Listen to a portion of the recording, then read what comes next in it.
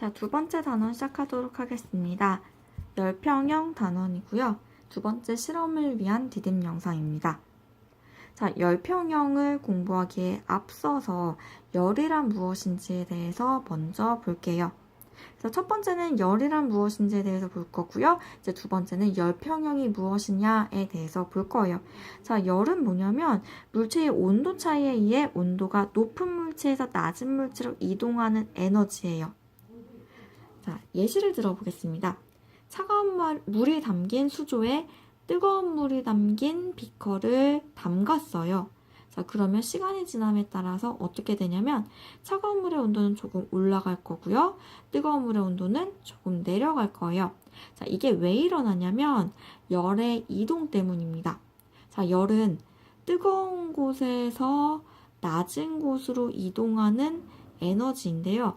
얘네들이 이동함에 따라서 온도가 낮아지는 게 있고 높아지는 게 있는 거죠. 자, 다시 보겠습니다. 열은 물체의 온도 차이의 온도가 높은 물체에서 낮은 물체로 이동하는 에너지. 자, 그것 때문에 이 상황을 보면은요. 차가운 물의 온도는 높아지고요. 자, 에너지가 들어왔으니까 온도는 높아지겠죠. 그리고 뜨거운 물은 에너지가 빠져나갔네요. 온도는 낮아지겠죠. 그래서 두 물체의 온도는 같아지게 됩니다.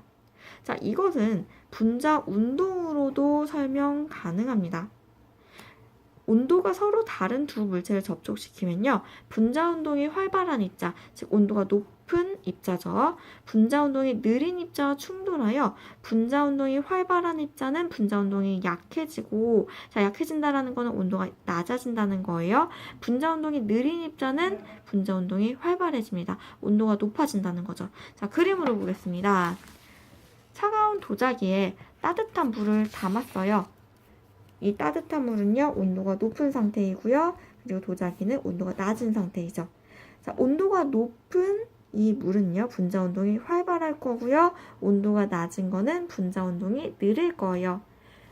전 시간에 분자 운동과 온도에 대해서 설명을 해줬었죠. 온도가 높으면은 분자 운동은 활발하다. 온도가 낮으면은 분자 운동은 느리다. 자, 그럼 보겠습니다. 자, 지금 빨간색은요, 이 따뜻한 물의 분자를 나타낸 거고요. 그리고 검정색은요, 온도가 좀 낮은 이 도자기의 분자 운동 상태를 나타낸 거예요. 자, 따뜻한 거는 분자 운동이 활발하다 그랬네요. 이렇게 적을까요? 분자 운동이 활발하다. 분자 운동. 그 다음에 얘는 분자 운동 느림. 자, 이거 그림으로 잔상으로 표현을 해놨어요. 잔상이 많은 거는 재빠르게 움직이는 거, 그리고 잔상이 적은 거는 천천히 움직이는 거. 자, 그러면 이 경계면을 한번 보도록 할게요. 빠르게 움직이는 녀석이랑 천천히 움직이는 녀석이랑 접촉하는 이 면에서는요, 어떤 현상이 일어나냐면 얘네가 부딪히면서 전달을 하는 거예요, 그 진동을. 그러면 얘네가 다시 또 진동을 하게 되겠죠. 또 옆에 애들 진동하게 되겠죠. 자, 자꾸만 부딪히고 진동이 전달이 되다 보니까 나중에는요, 그런 분자 운동하는 정도가 비슷해지게 돼요. 자, 분자 운동이 활발한 정도가 비슷하다, 온도가 비슷해진다, 같아진다 라는 의미가 되겠죠. 자, 다시 돌아올게요. 자, 그러면 이 부분이 아마 이해가 될 거예요. 온도가 서로 다른 두 물체를 접촉시키면 분자 운동이 활발한 입자가 분자 운동이 느린 입자와 충돌하여 분자 운동이 활발한 입자는 분자 운동이 약해지고 분자 운동이 느린 입자는 분자 운동이 활발해진다. 그래서 나중에는 분자 운동이 활발한 정도는 같아진다. 즉 온도는 같아진다 라는 뜻이 되겠죠. 자, 그러면 여기에서 좀 혼돈되는 친구가 있을 거예요. 열과 온도의 차이점 잠깐 정리를 하겠습니다. 자, 열은 뭐냐면은요, 이동하는 에너지예요. 자, 이동을 하는데 온도가 높은 곳에서 낮은 곳으로 이동을 하는 에너지가 되겠죠. 자, 온도는 뭐냐면 차갑고 뜨거운 정도로 분자의 활발한 정도를 나타내는 물리량이에요. 자, 차갑고 뜨거운 정도는 이제 정확하게 사람이 측정할 수 없기 때문에 온도계라는 것을 이용한다라는 건 저번 시간에 했어요. 그리고 활발한 정도는 정리하면 다음과 같고요. 자, 그러면 이제 두 번째 열평형 상태에 대해서 공부하도록 하겠습니다. 평형 상태다라는 거는 두 개가 같다. 예를 들면 시소가 평형 상태다, 좌랑 우랑 같아서 이러한 수평을 유지하고 있다라는 뜻이잖아요. 열도 그 수평 상태를 유지하고 있다라는 그런 상태인데요. 자, 열의 이동에 의해 접촉한 두 물체의 온도가 같아지는 상태입니다. 자, 조금 전에 차가운 물이 담긴 수조에 뜨거운 물이 담긴 비커를 넣었다 그랬잖아요. 자, 언젠가는 이 두 물체의 온도가 같아진다라 그랬죠? 자, 그때를 열평형 상태라고 이름을 붙여준 거예요. 정의를 다시 보자면요. 열의 이동에 의해 접촉한 두 물체의 온도가 같아지는 상태. 자, 열의 이동은 구체적으로 온도가 높은 곳에서 온도가 낮은 곳으로 열이 이동하게 되겠죠. 자, 열평형 상태의 그래프를 보게 되겠습니다. 자, 그래프 조금 전에 실험을 생각해 주시면 돼요. 뜨거운 물이 담긴 비커를 차가운 물이 든 수조에 넣었습니다.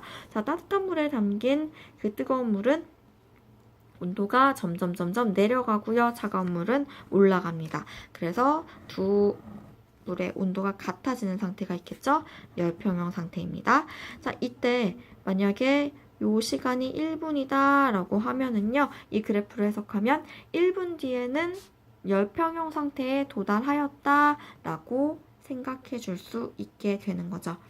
자, 열평형 상태의 예를 보겠습니다. 자, 조금 전에 봤던 예시예요. 계속 반복되죠. 찬물이 들어있는 수조 안에 뜨거운 물이 들어있는 삼각 플라스크를 넣어두고 충분한 시간이 지나면 두 물의 온도가 같아진다. 열평형 상태이다. 자, 그 다음에 이용하는 예시를 보게 되면은요, 온도계가 가장 대표적이에요. 자, 온도계를 보게 되면은 온도계와 그 물체가 있게 되고 이 온도계를 그 물체에 꽂게 되는 거죠. 자, 그때 이 두 물체가 평형 상태가 돼야지 얘의 온도를 측정할 수 있겠죠. 그래서 이때도 마찬가지로 열평형 상태를 이용하는 거고요. 자, 온도를 측정하는데 접촉시킨 상태에서 잠시 기다리게 되는 거는요, 시간이 좀 걸리기 때문이에요. 자, 물에 온도계를 바로 꽂았다고 온도가 바로 급격하게 변하지는 않죠. 서서히 올라가거나 내려가는 거를 아마 실험을 통해서 확인을 했을 거예요. 그거는 열평형 상태에 도달하는 시간이 걸리기 때문이다 라고 봐주시면 됩니다. 자, 그 다음에 시원한 물에 담가둔 수박. 자, 여름철에 계곡 많이 가시죠? 자, 그때 이제 수박을 계곡 물에 많이 담가 놓긴 하는데, 자, 그 이유는 계곡물이 차갑고 수박은 미지근하기 때문에 수박을 좀 시원하게 하기 위한 작업이라고 볼 수 있습니다. 자, 그러면 냉장고도 마찬가지예요. 좀 뜨끈뜨끈한 그 음식을 냉장고에 넣게 되면은 차가워지죠. 냉장고의 온도와 음식의 온도가 같아지는 열평형 상태에 도달을 하게 된 거죠. 자, 이때 열의 이동 방향 잠깐 생각해 볼까요? 음식이 따뜻합니다. 냉장고의 온도는 낮습니다. 자, 그럼 열은 어디서 어디로 이동할까요? 맞아요. 음식에서 냉장고로 이동하게 되겠죠. 자, 열의 이동으로 이제 음식의 온도는 낮아지고 그리고 냉장고 온도는 약간 높아지게 되겠죠. 자, 그런데 냉장고는 왜 계속 그 낮은 온도를 유지할 수 있느냐? 그거는요, 전원장치에 연결했기 때문이에요. 거기에 이제 냉각제가 계속해서 가동이 되기 때문이다 라고 생각을 해주시면 됩니다.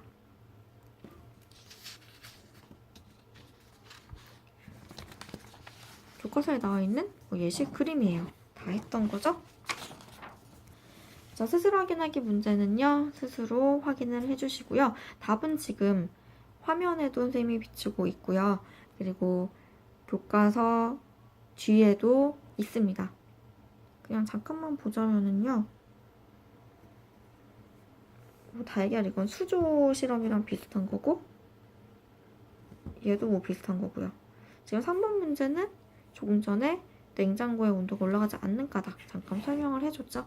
이건 이제 냉각제가 구동이 되기 때문에 전원장치에 연결해서 구동이 되었기 때문이다 라고 생각해 주시면 됩니다. 자, 두 번째 실험에 해당되는 디딤 영상 마쳤고요. 실험 전에 반드시 이 영상을 보고 오셔야지 실험에 제대로 참여를 할 수 있고요. 그리고 조별 활동 시간에도 제대로 참여를 할 수 있습니다. 자, 그러면 수업 시간에 볼게요.